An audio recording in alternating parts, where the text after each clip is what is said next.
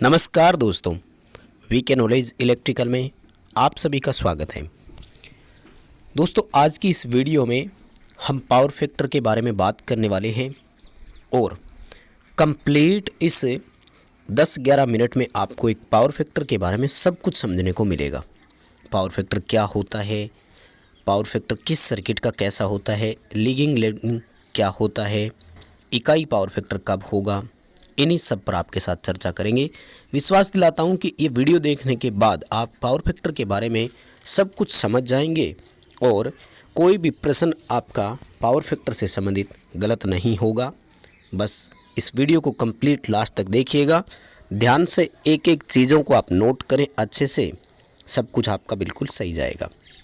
आगे बढ़ने से पहले आपसे निवेदन रहेगा कि आपने अभी तक हमारा चैनल सब्सक्राइब नहीं किया हुआ है तो चैनल सब्सक्राइब ज़रूर कीजिए। इस वीडियो को लाइक ज़रूर कीजिए, अपने दोस्तों को फॉरवर्ड भी कीजिए ताकि वो भी इसे देख सके और एक प्यारा सा कमेंट करके मुझे ज़रूर बताना कि आपको ये कैसा लगा। मैं सभी के कमेंट्स ज़रूर पढ़ता हूँ। दोस्तों, इस वीडियो के डिस्क्रिप्शन में आपको एक लिंक दिया हुआ है, हमारा एंड्रॉयड ऐप डाउनलोड ज़रूर करें। अगर आपने अभी तक हमारा ऐप डाउनलोड नहीं किया है तो अभी जाइए प्ले स्टोर से डाउनलोड कर सकते हैं। ऐप में प्री प्रैक्टिस टेस्ट और कंप्लीट कोर्स आपके लिए अवेलेबल है। किसी भी एग्ज़ाम की आप तैयारी कर रहे हैं, एक मोस्ट सूटेबल कोर्स आपको मिलेगा।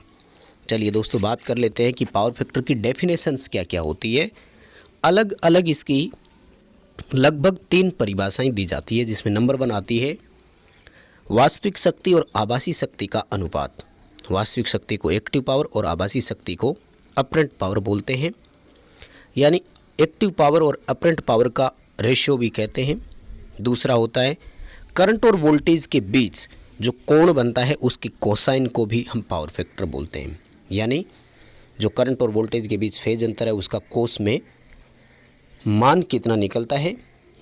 और तीसरी जो इसकी डेफिनेशन देते हैं प्रतिरोध और प्रतिबाधा का अनुपात भी पावर फैक्टर कहलाता है, यानी प्रतिरोध को रेजिस्टेंस और प्रतिबाधा को इम्पीडेंस बोलते हैं। तो रेजिस्टेंस और इम्पीडेंस का रेशियो भी पावर फैक्टर कहलाता है। दोस्तों, पेपर में डेफिनेशन से संबंधित भी एक प्रश्न जरूर आ जाता है, इसलिए इस तीनों परिभाषाओं को आप जरूर याद रखिएगा। यदि हम इन्हें सांकेतिक रूप में समझना चाहें तो सबसे पहले आता है किलोवाट और केवीए का अनुपात भी पावर फैक्टर कहलाता है, क्योंकि किलोवाट वास्तविक शक्ति का और केवीए आभासी शक्ति का प्रतीक होता है। वहीं दूसरा बनता है R/Z, क्योंकि प्रतिरोध R से और इम्पीडेंस को Z से दर्शाते हैं। वहीं तीसरा बनता है VI cos φ/VI और चौथा बनता है G/Y, क्योंकि G चालकता और Y एडमिटेंस कहलाता है और इसका भी रेशो पावर फैक्टर कहलाता है। VI cos φ वास्तविक शक्ति का और VI जो है वो आभासी शक्ति का प्रतीक होता है। वहीं यदि Q फैक्टर से इसका रिलेशन देखें तो इसे गुणवत्ता बिंदु का व्युत्पन्न यानी इन्वर्स ऑफ Q फैक्टर भी कहा जाता है, यानी पावर फैक्टर Q फैक्टर के व्युत्क्रमानुपाती होता है। Q फैक्टर को क्वालिटी फैक्टर के नाम से भी जाना जाता है। पावर फैक्टर यूनिटलेस होता है, यूनिटलेस यानी इकाई रहित होता है। इसकी कोई इकाई नहीं होती है, क्योंकि ये दो एक जैसी राशियों का अनुपात है, जैसे शक्ति का और प्रतिरोध और प्रतिबाधा, क्योंकि दोनों ओम में होती है। यदि इसके मान की बात करें तो पावर फैक्टर का मान 0 तथा 1 के बीच और 1 हो सकता है। पावर फैक्टर का न्यूनतम मान 0 होता है, 0 से कम कभी नहीं होता। पावर फैक्टर का अधिकतम मान इकाई हो सकता है, 1 से अधिक कभी नहीं होता। यानी 2 चीज़ें आपको यहाँ पर समझना है कि पावर फैक्टर का मान नेगेटिव कभी नहीं आता है किसी भी सर्किट में। वहीं कैलकुलेशन के दौरान इसका मान इकाई से अधिक कभी नहीं होता है। यदि आप कैलकुलेशन कर रहे हैं और मान 1 से अधिक आ गया तो समझ लीजिए आपका उत्तर जो है वो गलत हो गया। चलिए दोस्तों, प्रकारों पर बात करते हैं। तो सबसे पहले आता है जीरो पावर फैक्टर, शून्य पावर फैक्टर इसको कहा जाता है और ये 2 तरह से दर्शाया जाता है। जीरो लैगिंग भी बोल सकते हैं और जीरो लीडिंग भी बोल सकते हैं।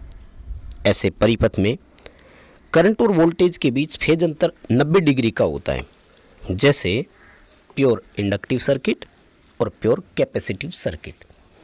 इनमें से कोई करंट या वोल्टेज एक दूसरे से 90 डिग्री के अंतर पर होता है तो ऐसे परिपथों में जीरो पावर फैक्टर है। शुद्ध इंडक्टिव में जीरो लैगिंग और शुद्ध कैपेसिटिव में जीरो लीडिंग पावर फैक्टर भी बोला जाता है। इसके वेक्टर डायग्राम की अगर मैं बात करूं तो स्क्रीन पर देखिए आपके सामने है, आप देख रहे हैं यहाँ पर वोल्टेज है आगे, करंट है पीछे। ये इसका वेक्टर डायग्राम भी आप देख रहे हैं यहाँ पर। तो वोल्टेज आगे, करंट पीछे आपको दिखाई दे रही है और 90 डिग्री का अंतर आपको दिखाई दे रहा है। ऐसे परिपथों में वास्तविक शक्ति हमेशा जीरो होती है, यानी किलोवाट जो है वो जीरो होता है। इसलिए आभासी शक्ति और प्रतिघाती शक्ति एक दूसरे के बराबर होते हैं, यानी KVA और kVAR दोनों बराबर होते हैं। वहीं यदि हम दूसरे प्रकार की बात करें तो इकाई पावर फैक्टर होता है। ऐसे परिपथों में करंट और वोल्टेज के बीच फेज अंतर 0 डिग्री होता है, जैसे DC परिपथ हो गया, AC में शुद्ध प्रतिरोधी परिपथ हो गया, AC में अनुनाद परिपथ हो गया। अनुनाद तो बोलें तो रेजोनेंस परिपथ। ऐसे सर्किट में रिएक्टिव पावर का मान 0 होता है, इसलिए वास्तविक शक्ति और आभासी शक्ति एक दूसरे के बराबर होते हैं, यानी किलोवाट और KVA एक दूसरे के बराबर होते हैं। वहीं kVAR का मान 0 होता है, क्योंकि kVAR जो है वो VI साइन फाई से निकाला जाता है और थीटा का मान 0 है तो साइन थीटा का मान भी 0 ही होता है। इसलिए ऐसे परिपथ जो है वो, और इस तरह के परिपथ व्यवहार में भी संभव होते हैं, ध्यान रखना। शुद्ध रेजिस्टिव परिपथ हो सकते हैं, यानी इकाई पावर फैक्टर वाले परिपथ जो है वो आपको देखने को भी मिल सकते हैं। इनके यदि फेजर डायग्राम और करंट वोल्टेज संबंध की बात करें तो आपके सामने स्क्रीन पर है। करंट और वोल्टेज का शून्य एक समान समय पर आता है, शिखर जो है वो भी एक समान समय पर आता है, यानी जीरो अधिकतम ये एक समय समान पर आता है। इनकी वैल्यू अलग अलग हो सकती है। वहीं फेजर डायग्राम की बात करें, वेक्टर डायग्राम में करंट और वोल्टेज एक ही लाइन पर दर्शाए जाते हैं। इसमें एक सीधी रेखा के रूप में भी हो सकते हैं, आप चाहो तो इनको ऊपर नीचे भी शो करवा सकते हो, यानी वोल्टेज ऊपर और करंट नीचे, जैसा आप इस पिक्चर में देख रहे हो। लेकिन होते दोनों एक ही एक्सिस पर है और इनके बीच में जो रिलेशन होता है वो 0 डिग्री का माना जाता है। वहीं यदि हम लैगिंग पावर फैक्टर की बात करें तो ऐसे परिपथ में करंट वोल्टेज से पीछे होती है, और दूसरी भाषा में ये भी बोल सकते हो कि वोल्टेज करंट से आगे होती है। दोनों लैंग्वेज आपको याद रखनी है दोस्तों। ऐसे परिपथों में फेज अंतर करंट और वोल्टेज के बीच 0 डिग्री से लेकर 90 डिग्री के बीच में होता है, यानी ना तो 0 होता है और ना ही 90 होता है, क्योंकि अगर 0 डिग्री है तो शुद्ध रेजिस्टिव हो गया और 90 डिग्री है तो शुद्ध इंडक्टिव हो गया। इसलिए ना तो 0 ना 90, 0 और 90 के बीच में होता है। वो डिपेंड करेगा कि परिपथ में इंडक्टेंस की वैल्यू कितनी है। अगर इंडक्टेंस ज़्यादा है तो फेज अंतर ज़्यादा होगा। इस तरह के वेक्टर डायग्राम जो फेजर में दिखाया जाता है वो स्क्रीन पर आप देख रहे हैं। करंट को वोल्टेज से पीछे दिखाना है। अब आप देख रहे हैं यहाँ पर 90 डिग्री पीछे भी नहीं दर्शाया और बिल्कुल V के बराबर भी इसने नहीं लिया, क्योंकि 0 डिग्री फेज अंतर हो जाता।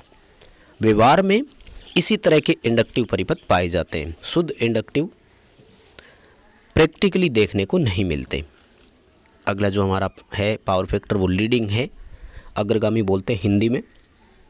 ऐसे परिपथ में करंट वोल्टेज से आगे होती है, या फिर यूँ बोल दो कि वोल्टेज करंट से पीछे होता है, यानी यहाँ पर करंट जो है वो लीड कर जाती है, क्योंकि वैसे ये मानते हैं कि परिपथ में पावर फैक्टर का जो डिसाइडिंग फैक्टर होता है वो करंट ही होता है।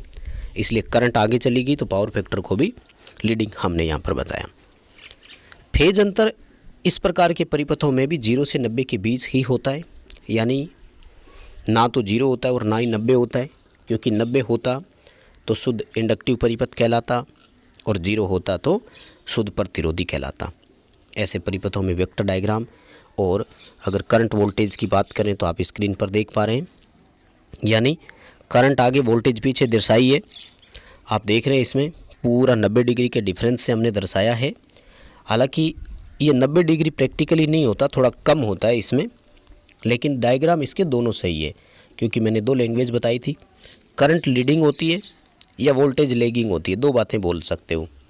दो फेजर आप देख रहे हैं इधर राइट साइड में, इन दोनों में ही संबंध में ये बताया गया है। एक में ये कह रहा है कि करंट आगे और दूसरे में ये कह रहा है वोल्टेज पीछे, हालांकि बात एक ही होती है।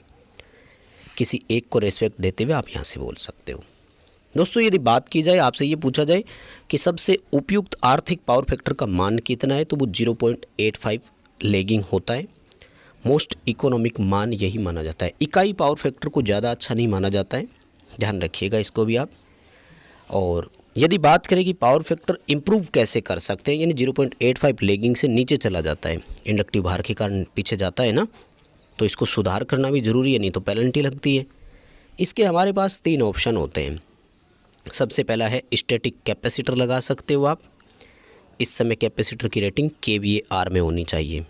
दूसरा सिंक्रोनस कंडेंसर का उपयोग कर सकते हैं। सिंक्रोनस मोटर को बोलते हैं जब वो ओवर एक्साइट हो और नो लोड पर हो तो पावर फैक्टर सुधारती है, इस समय उसे सिंक्रोनस कंडेंसर कहा जाता है।